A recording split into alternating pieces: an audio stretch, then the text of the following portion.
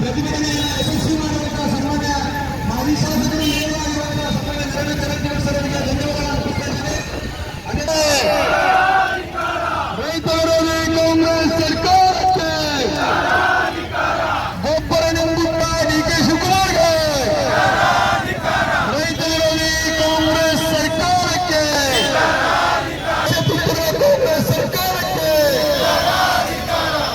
ಸಲುವಾಗಿ ಅನ್ನೋದ್ರ ಬಗ್ಗೆ ಈಗಾಗಲೇ ನಮ್ಮ ಮೋರ್ಚಾದ ಜಿಲ್ಲಾಧ್ಯಕ್ಷರು ಹೇಳಿದ್ದಾರೆ.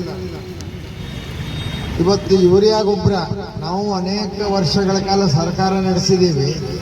ಯಾವತ್ತು ಯೂರಿಯಾ ಬಿತ್ತು ಬೀಜ ರೈತರಿಗೆ ಒಂದು ದಿವಸನೂ ಕೂಡ ಕಡಿಮೆ ಆಗಿದ್ದಂಥ ಉದಾಹರಣೆಗಳಿಲ್ಲ. ಆದರೆ ಇವತ್ತು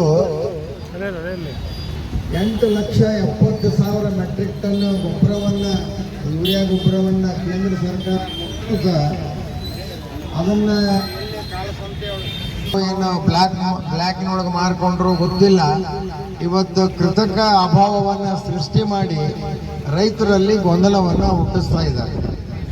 ಇವರು ರೈತರ ಪರ ಅಂತ ಹೇಳಿಕೊಳ್ಳುವಂಥ ಈ ಸರ್ಕಾರ 6,000 ರೂಪಾಯಿ ಪ್ರತಿ ವರ್ಷ ಕೇಂದ್ರ ಸರ್ಕಾರ ರೈತರಿಗೆ ಕೊಡ್ತದ. ನಾವು ರಾಜ್ಯದಿಂದ 4,000 ಹಾಕಿ ಒಟ್ಟು 10,000 ಕೊಡ್ತಿದ್ವಿ. ಅದನ್ನು 4,000 ನಿಲ್ಲಿಸಿದ್ರು. ವಿದ್ಯಾನಿಧಿ, ರೈತರ ಮಕ್ಕಳಿಗೆ ವಿದ್ಯಾನಿಧಿ ಯೋಜನೆ ಜಾರಿಗೆ ತಂದಿದ್ರು ಬೊಮ್ಮಾಯಿ ಸರ್ಕಾರದಲ್ಲಿ, ಅದನ್ನೂ ನಿಲ್ಲಿಸಿದ್ರು. ಇವತ್ತು ಪ್ರೋತ್ಸಾಹಧನ ಕೊಡ್ತಿದ್ವಿ, ಹಾಲಿನ ಪ್ರೋತ್ಸಾಹಧನ ನಿಲ್ಲಿಸಿದ್ರು. ಇವತ್ತು ಇದೇ ರೀತಿ ರೈತ ವಿರೋಧಿ ನೀತಿಗಳನ್ನು ಅನುಸರಿಸಿ ರೈತರಿಗೆ ತೊಂದರೆಯಲ್ಲಿ ಹಾಕುವಂಥದ್ದು. ಸುಮ್ಮನೆ ಬಿಟ್ಟಿ ಗ್ಯಾರಂಟಿ ಅಂತ ಹೇಳ್ಕೊಂಡು ಆ ಗ್ಯಾರಂಟಿ ಹೆಸರಿನ ಮೇಲೆ ಎಲ್ಲ ಲೂಟಿ ಹೊಡ್ಕೊಂತ ನಿನ್ನೆ ಪತ್ರಿಕೆಯಲ್ಲಿ ಬಂದದ.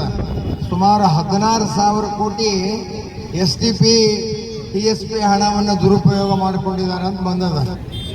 SC ST ಹಣನೂ ಸಾಕಾಗ್ತಾ ಇಲ್ಲ ಇವರಿಗೆ. ಅಂದ್ರೆ ಈ ಸರ್ಕಾರ ಯಾವ ದಿಕ್ಕಿನಲ್ಲಿ ನಡೀತಾ ಇದೆ ಅನ್ನುವಂಥದ್ದನ್ನ ತಾವೆಲ್ಲ ವಿಚಾರ ಮಾಡಬೇಕು. ಇವತ್ತು ಮತ್ತೆ ದಿಲ್ಲಿಗೆ ಹೊಂಟಾರ, ಮೊನ್ನೆಯವ್ರು ದಿಲ್ಲಿಗೆ ಹೋಗಿ ಬಂದಾರೆ, ಮತ್ತೆ ದಿಲ್ಲಿಗೆ ಹೋಗ್ತಾರೆ. ಆದ್ರೆ ಅವ್ರ ಹೈಕಮಾಂಡ್ ಇವ್ರಿಗೆ ಭೇಟಿನ ಆಗ್ತಾ ಇಲ್ಲ. ಇವ ಬಿಡ್ಲಾರ್ದವ ಕೊಡ್ಲಾರ್ದವ ಹಿಂಗೆ ನಡೆದ್ಬಿಟ್ಟದು. ಆದ್ರೆ ಇದು ಬಹಳ ದಿವಸ ಈ ಸರ್ಕಾರ ನಡೆಯುವುದಿಲ್ಲ. ಅದರ 3ನೇ ವ್ಯಕ್ತಿಗಳ ಎಂಟ್ರಿನೂ ಕೂಡ ಆಗ್ತಾ ಇದೆ. ನನಗೆ ಅನ್ಯಾಯ ಆಗಿದೆ, ನಾನು ಹಿಂದೆ ಆ ಪಾರ್ಟಿ ಅಧಿಕಾರಕ್ಕೆ ತರಬೇಕಂದಿದ್ದೆ, ನನಗೆ ಅನ್ಯಾಯ ಆಗಿದೆ ಅಂತ 3ನೇದವರೊಬ್ಬರು ಶುರು ಮಾಡ್ಯಾರ ಈಗ. ಅಂದ್ರೆ ಈ ಸರ್ಕಾರದಲ್ಲಿ ಸ್ಥಿರತೆ ಇಲ್ಲ. ಮತ್ತು ರೈತರಿಗೆ, ದೀನ ದಲಿತರಿಗೆ, SC STಗಳಿಗೆ ಏನು ಕಾರ್ಯಕ್ರಮಗಳು ಅದಾವು ಅವು ಸರಿಯಾಗಿ ನಡೀತಾ ಇಲ್ಲ. ಅದಕ್ಕಾಗಿ ಇವತ್ತು ಯೂರಿಯಾ ಗೊಬ್ಬರವನ್ನು ಕೃತಕ ಅಭಾವ ಇದೆ. ಏನು ಕೇಂದ್ರ ಸರ್ಕಾರ ಎಲ್ಲ ರಾಜ್ಯಗಳಿಗೂ ಯೂರಿಯಾ ಗೊಬ್ಬರವನ್ನು ಕೊಡ್ತದ. ಆದರೆ ಕೊಟ್ಟಂಥ ಗೊಬ್ಬರವನ್ನು ಲೂಟಿ ಹೊಡೆದು ಎಲ್ಲಿ ಮಾರ್ಕೊಂಡಾರೋ ಗೊತ್ತಿಲ್ಲ. ಇವತ್ತು ಕೇಂದ್ರ ಸರ್ಕಾರ ಇಷ್ಟ ಕೊಟ್ಟಿದೆ ಅಂತ ಹೇಳಿ ದಿಕ್ಕು ತಪ್ಪಿಸುವಂಥ ಕೆಲಸ ಮಾಡ್ತಾ ಇದೆ. ಇವತ್ತು ರೈತರ ಪಂಪ್ಸೆಟ್ಗೆ 25,000 ರೂಪಾಯಿ ಕೊಟ್ಟರೆ ನಾವು ಕಂಬ ಹಾಕಿ 2 ಕಂಬ ಹಾಕಿ ರೈತರಿಗೆ ಕಲೆಕ್ಷನ್ ಕೊಡಿಸ್ತಾ ಇದ್ವಿ. ಈಗ 1,60,000 ಮಾಡ್ಯಾರ. ಈಗ ಹೆಂಗೆ ರೈತರು ತುಂಬ್ತಾರೆ, ಎಲ್ಲಿಂದ ತುಂಬ್ತಾರ?